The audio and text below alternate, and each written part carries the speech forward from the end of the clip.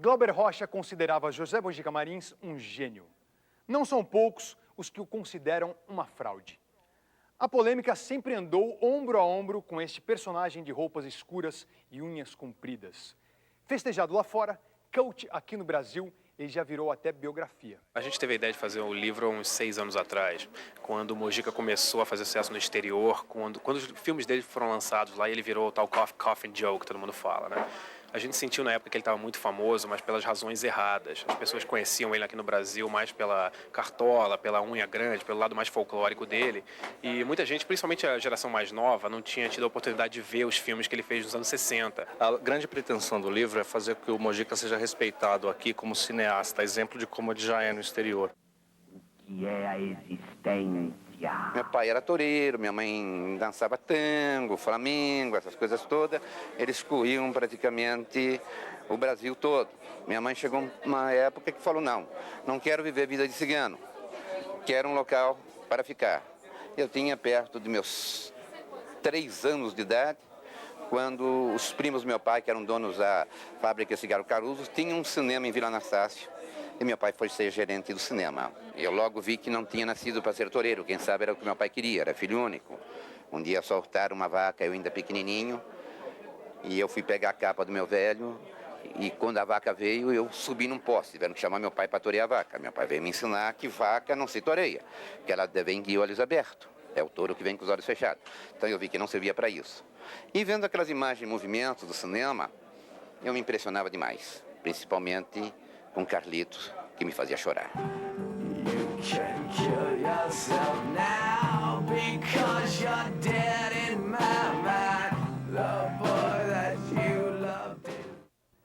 Você conviveu muito com o José Mojica. Eles se confundem, os personagens. José do Caixão, até que ponto que eles se confundem ali? O que ele sempre, pelo menos no Vox Pop, ele faz questão de ressaltar. Agora eu falo como Mojica, agora eu falo como José do Caixão. Tá. Onde? Eu acho que na vida pessoal dele não tem essa dicotomia. Ele é o José Mojica Marins, né? Ele teve que assumir essa postura de que ele era o Zé do Caixão, até para uma questão financeira, para sobreviver e tal, porque, como eu estava dizendo, no final dos anos 70 ele teve muita dificuldade em fazer filmes e ele passou a sobreviver de aparições, em festas, de animar, sabe, festas em subúrbio, bingo, esse tipo de coisa, e as pessoas queriam que ele fosse de Zé do Caixão. Então ele manteve as unhas grandes, que é uma coisa muito chata para ele no dia a dia, né? Ele até cortou as unhas no final no começo do ano passado. E era uma coisa meio até triste, eu achava, porque era prova de que o criador não conseguiria sobreviver muito sem a criatura, entendeu? Quem conhece ele no dia a dia sabe que o Mojica não tem nada a ver com o Zé do Caixão. O Mojica é uma pessoa boníssima, um cara católico, que teme Deus e tal, e que não tem absolutamente nada a ver com o personagem. Mas acho até sinal de ignorância do público, até essa confusão, entendeu? Tem várias vezes que eu estou andando com ele na rua e as pessoas mudam de calçada para não cruzar com... Ainda hoje? Ainda hoje. Não, tem coisa assim que você não acredita. Algum tempo atrás tem uma amostra em Paris dos filmes dele. Como é que foi? Você estava junto, né? Teve. Foi em maio, ele foi convidado para o Festival de Cinema Fantástico de Paris, ele foi um dos homenageados.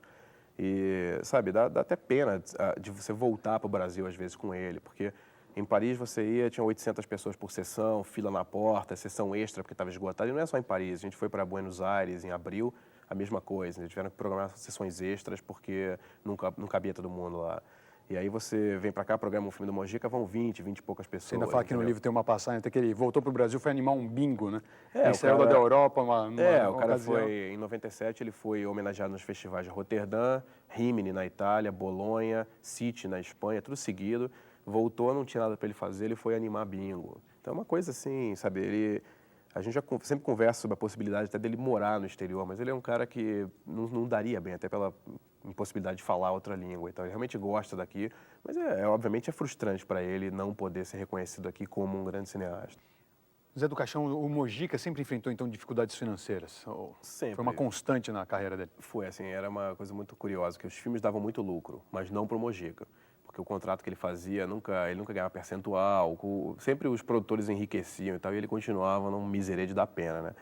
E depois, assim, no final dos anos 60, com o AI-5 e a censura ficou bem pior e tal, e para o Mojica meio que decretou o final da carreira dele, em termos de filmes de terror, porque ele teve 4 ou 5 filmes censurados em seguida. Sabe, o Despertar da Besta, que chamava O Ritual dos Sádicos, foi interditado, E A Meia-Noite Levarei Sua Alma, que tinha sido exibido em 64, quando ele foi pedir a renovação do certificado de censura 5 anos depois, em 69, foi negado. Então ele ficou com 2 filmes proibidos e outros 3 ou 4 censurados em 15 ou 20 minutos. Então os filmes foram muito prejudicados. O Mojica foi o diretor brasileiro que teve mais filmes censurados. Isso é uma estatística, meu. É, Teve a mais gente- filmes foi censurados. mais filmes censurados, e mais minutos. Sabe? Chegou uma época que 1/3 de tudo que o Mojica tinha filmado nos anos 60 estava proibido. 1/3 das cenas. Então, prejudicou demais a carreira dos filmes. Os filmes não podiam ser exibidos em alguns estados, e tinha cinema que não deixava, os jornais não podiam ter anúncio dos filmes. E mesmo assim ele conseguiu despontar. Teve uma espécie de Zé do Caixão mania ali nos anos 70 ou não? Teve. Você tem coleção de quadrinho? Tem. O Mojica, no final dos anos 60, foi o auge dele. Ele tinha um programa na Bandeirantes e depois ele passou o programa para Tupi. O programa da Bandeirantes chamava Além, Muito Além do Além. E era a maior audiência das noites de sábado da Bandeirantes. Todo mundo assistia em São Paulo. E tiveram vários empresários que convidaram o Mojica para fazer produtos. Então teve vela de macumba Zé do Caixão, cachaça Zé do Caixão, marafo Zé do Caixão. Teve um consórcio de caixão que ele vendia. Você morria daqui a 10 anos, mas ia pagando a prestação desde agora, entendeu? Tinha um monte desse tipo de coisa. O Fus tinha um carmanguia preto com 4 portas. O apelido do carro era Zé do Caixão, porque tinha 4 alças. E não ganhava dinheiro mesmo Não assim? ganhava dinheiro, mas todo Nem mundo com os produtos, conhecia. nada. Com os produtos, assim, a quantidade de picaretas com os quais ele se associou é uma coisa impressionante, assim. Tipo, teve uma linha de perfume chamada Mistério. O cara tinha perfume, vitalizante para unha, tudo com a marca do Zé do Caixão, e de repente o cara desapareceu. Ou então pagava ele em produto, sabe? Já mandava caixas de perfume para casa dele, de esmalte para unha, ele não sabia o que fazer. Tiveram dezenas desses. O que deu algum dinheiro nos anos 60 foi a história em quadrinhos, que ele fez com o Rubens Luchetti, que é o roteirista, e o Nico Rosso, que era um grande desenhista. E foi uma das histórias em quadrinhos que mais vendeu na época, vendia mais do que o Batman na Mas não época. foram muitos fascículos, não foram? Não, eles Chegou a- lançaram, ó, tipo, meia dúzia de fascículos, mas aí teve um monte de problema. A Mojica fez um contrato com uma outra editora. Eu sei que foi um imbróglio todo complicado, assim, e acabou que a revista dançou. Mas é uma revista muito popular, e hoje é um item de colecionador raríssimo, assim. Que eu sei que você tem ali Tenho. tudo cuidadinho, né? Tenho. Beleza.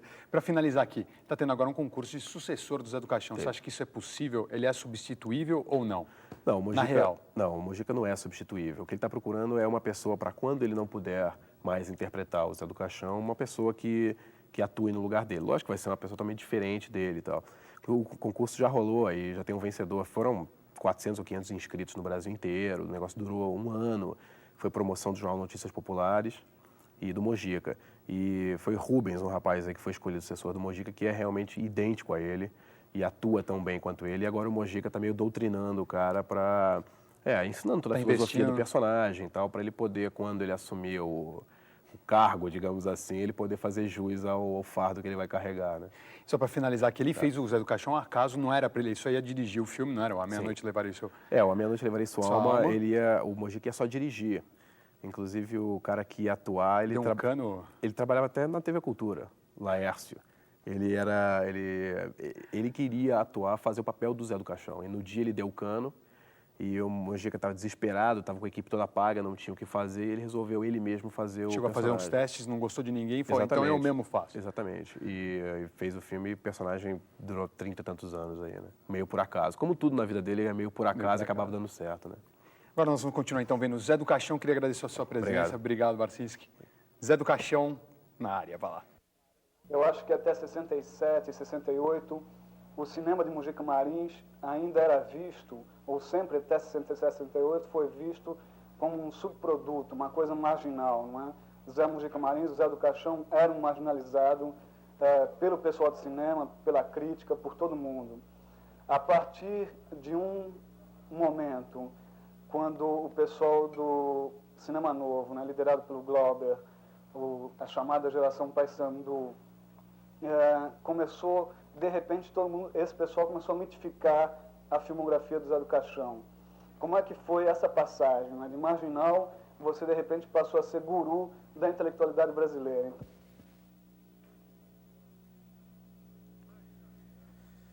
Bem, marginalizado, eu acredito que ainda sou. E vou morrer marginalizado, entende? Agora, marginalizado, fazendo o que eu quero, seria muito bonito, entende?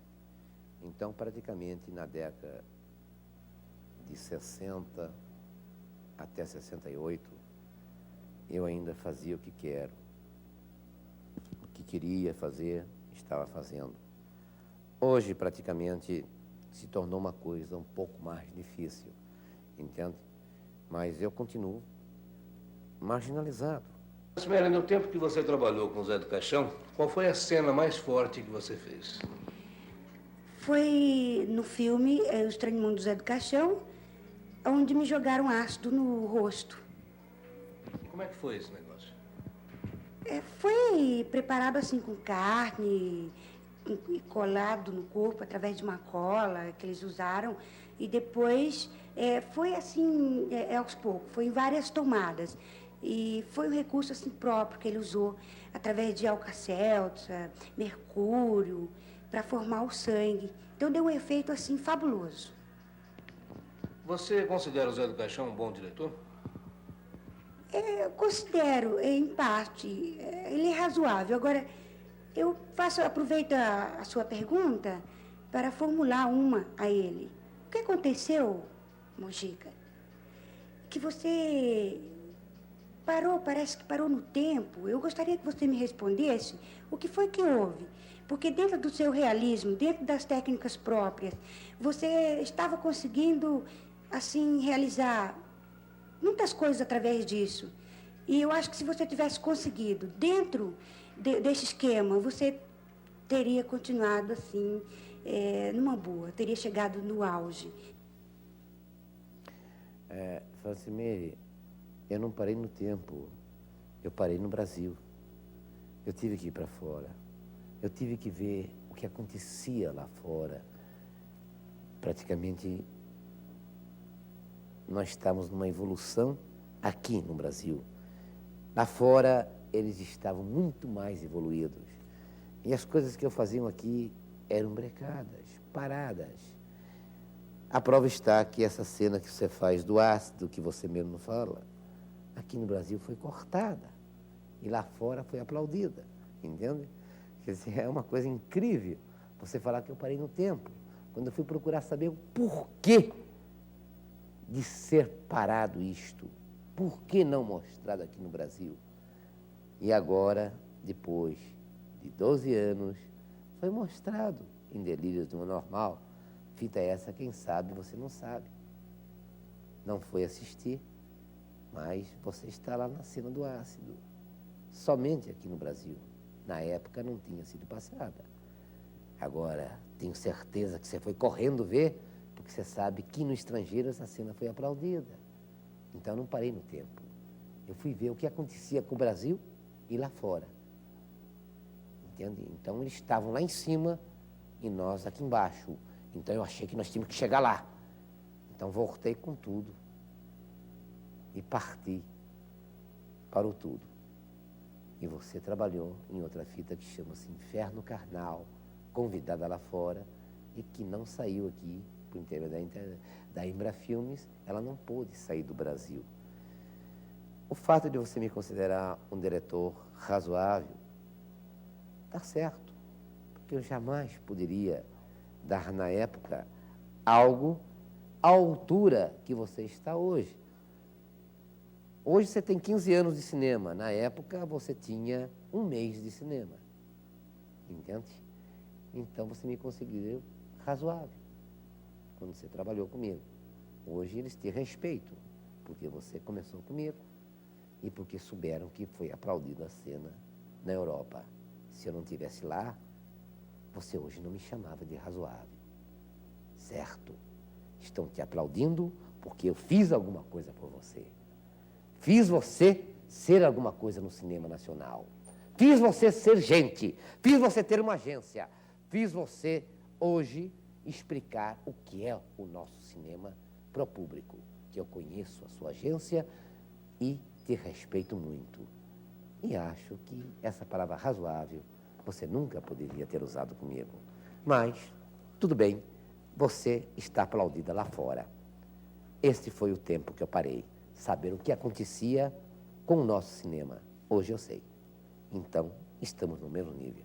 Zé do Caixão, o que foi que levou você a fazer esses filmes de horror com cenas sobrenaturais? Mário Chamber Eu lhe respeito muito, mas respeito mesmo.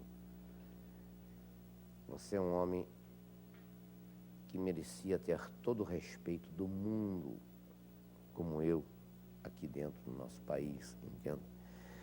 Então, o que me levou a fazer o sobrenatural, eu acho que tempo nós tivemos um papo, conversamos, batemos um papo sobre o sobrenatural. Você viu obras minhas, conversou comigo, me analisou. A sua inteligência é superior à minha. Entende?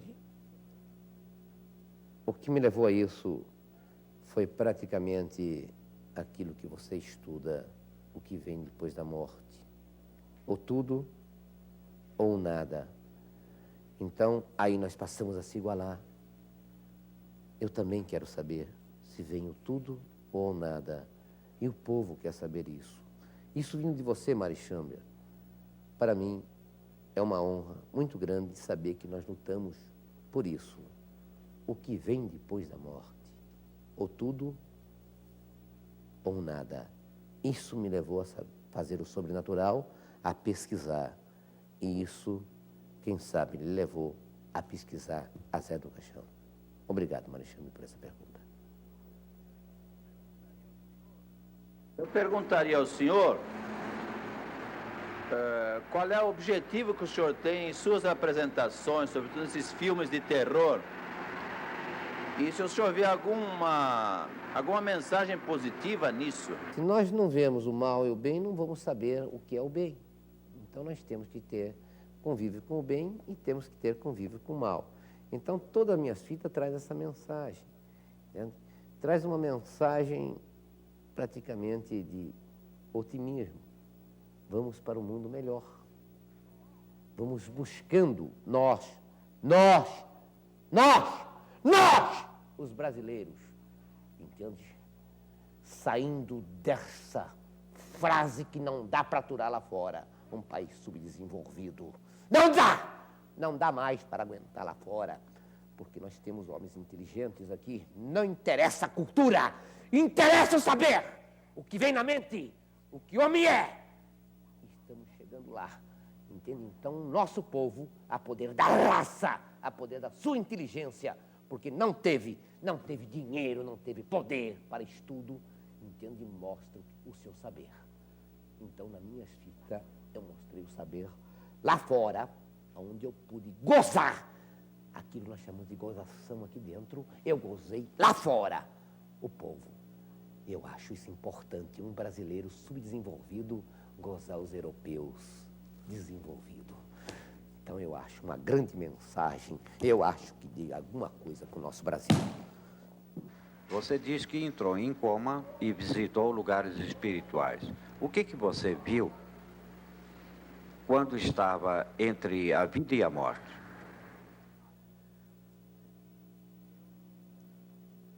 Eu nunca falei que entrei em coma. Eu, para mim, disse que dormi, simplesmente. Quem disse que eu morri foram os médicos que me assistiram. Que eu acho que uma parada cardíaca perto de quase 4 minutos, entende? Dá para o elemento ter alguma coisa, entende? Eu simplesmente, quando acordei, eu expliquei que eu sonhei. Agora, quem me falou que eu tinha morrido foi os médicos, que disseram que o coração parou, e quando o coração para, dizem que o elemento morre. Então, por 3 minutos e não sei quantos segundos, entende? Foi lá, entende? Enfim, vamos arredondar para 4 minutos, entende? Disseram que eu fiquei fora do ar. Fora do ar quer dizer, parei, morri. Agora, quando eu acordei, achei que foi um sonho, um pesadelo, que eu já tive vários deles, entende? Então, simplesmente descrevi e transpus para uma fita que chama-se O Diabólico Reino de Zé do Caixão. Ruas escuras, sozinhos.